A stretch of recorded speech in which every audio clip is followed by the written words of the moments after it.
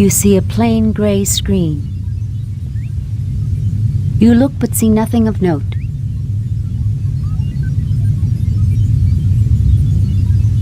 A control console from which operators run the ship. A control console from which... A control console from... You look but see nothing of note. You look but see nothing of... Mr. Spock, Vulcan's finest contribution to Starfleet. Dr. McCoy is still frowning. Lieutenant Buchard looks intensely at these controls and suppresses a childlike impulse to touch them. I'm speechless, Mr. Spock. Words cannot adequately describe this place. We've done quite well so far, Captain. In spite of Harry Mudd. Speak of the devil. Where is that little angel? Boldly go where no man has gone before. We are here, Jim. This may have been their bridge, but this sure doesn't look like the Enterprise.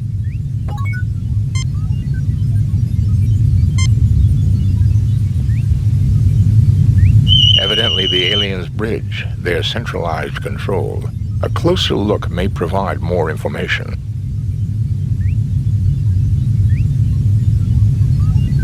Evidently the aliens' bridge, their centralized control.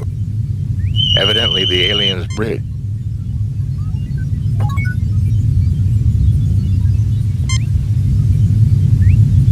This is clearly the control center for the ship, Captain. I cannot deduce much information, but I do observe two things. Go on, Mr. Spock. This station definitely is configured differently from the one beside me. This shouldn't be surprising. After all, there are two stations. That may be, Doctor, but if you'll recall, all the Enterprise's different stations link into the same computer network bank, and... What else can you determine at this stage, Mr. Spock? These people have a fixation for the number 6, and even divisors and multiplicans thereof, 3s and 12s in particular. I believe this may be the necessary first clue to understanding the aliens.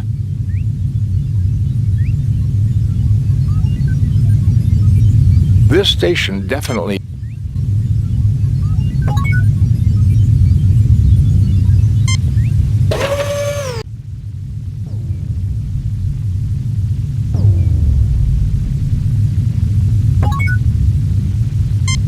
You look but see nothing of note. You look but see nothing of note. The sphere in the middle of this console appears to be some sort of control mechanism. The data view screen is operational. The information selectors are controlled from the console platform. You look but see nothing of note. Kirk is silently worried about what is happening back on the Enterprise.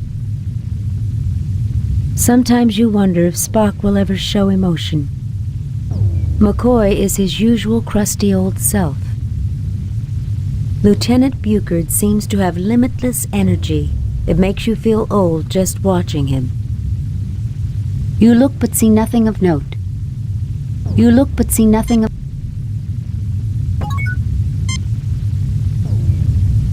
This technology is unbelievable, Mr. Spock. I've never seen anything like it. It is indeed impressive, Captain. If I were capable of emotion, I would be in awe of this place. If you're incapable of emotion, how do you know what awe is, Spock? This equipment's way out of my league, Jim. Captain, does this mean that I'm a part of a major archaeological discovery? You better believe it, Lieutenant. I don't see why you're complaining about this Mudd guy. Who knows what advances we could get from all this knowledge?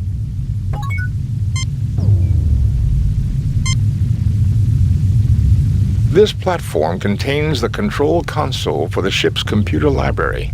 Data may be accessed by using this console.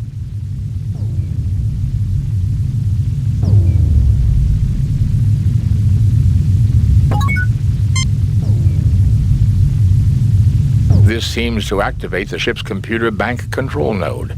Given the aliens' predilection for multiples of 3, It may be possible to use our tricorders to decipher the information carried in these data banks. That would be quite a find, Jim. This is an alien race unknown to us, and they are certain to have knowledge new to us. Were the universal translator available, this would be simple. With the Enterprise out of range, that's not an option, Mr. Spock. What else can you do? I believe if Dr. McCoy and I conjoin our two tricorders, we may be able to process enough sample data to get a basic understanding of the alien's computer system. This will completely tie up both our tricorders for an extended amount of time, however.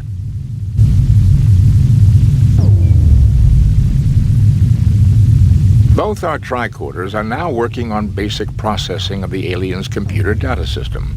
The tricorders are not the equal of the universal translator, but we should be able to retrieve basic information and get an insight into their culture and life systems.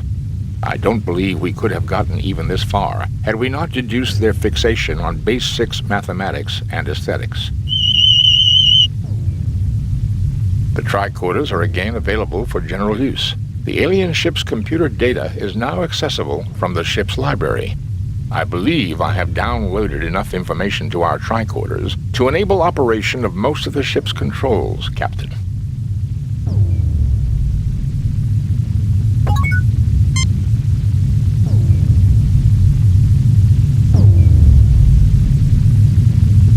Not all topics will necessarily be available, Captain, nor do I believe we can get full details on all data. The tricorders could only do so much processing. It would be worth our effort to locate the central databanks for delivery to the Korniforos Life Sciences University, I believe. To say nothing of fulfilling our mandate to seek out new life and new civilizations. I'm receiving data now, Captain. Most internal and external functions are controlled from the bridge. These include engineering, navigation, communications, and sensors. Weapons functions are controlled from the weapons room. I have found an entry on an experimental long-range weapon booster recently installed, named the Wyo's weapon. It does not alter the power of the primary weapon systems, but it does increase the range at which those weapons are effective. I believe I can produce a picture of a member of their race, Captain. By all means, Spock. Look at their physiology, Jim. I think this explains the Lashaeans' fascination with 3s and 6s.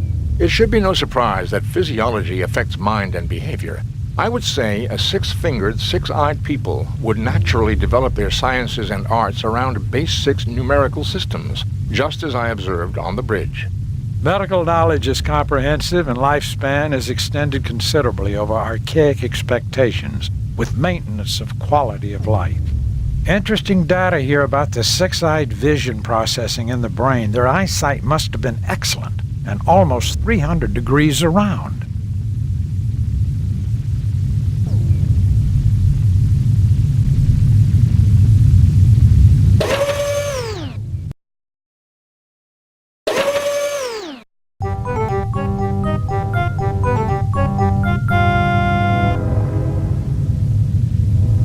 Why, Captain!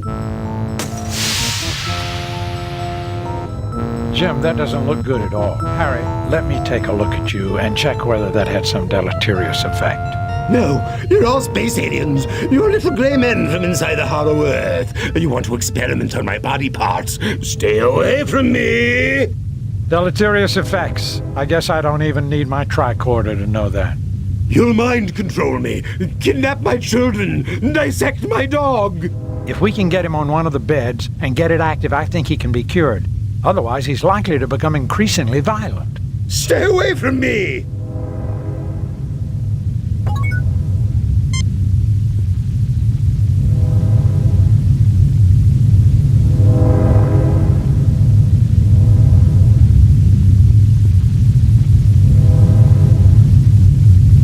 All yours now, Dr. McCoy.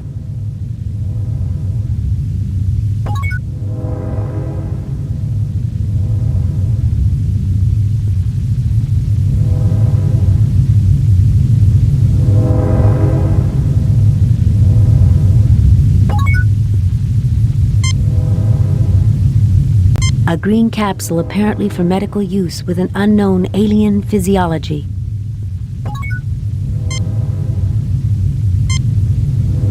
Nothing happens.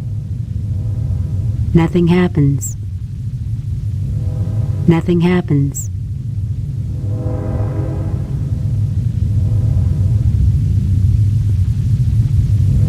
The capsules slide into the machinery on the bed exactly as they're designed to. I'm telling the program, our physiology is not the same as the aliens' physiology. Don't want it to try to cure us of being human. That would be too much to hope for, would it not, Doctor? Particularly when we're talking about Harry Mudd.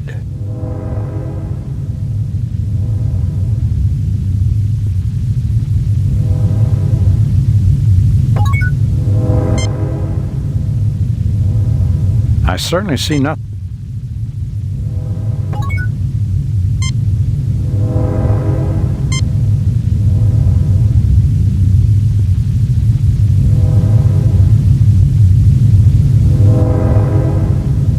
Okay, Harry, you should start to feel better in a few minutes. Just lie there quietly until you feel like moving. Oh, give me something for this headache, Doc. A herd of Amari tree elephants landed behind my eyeballs and did a mating dance.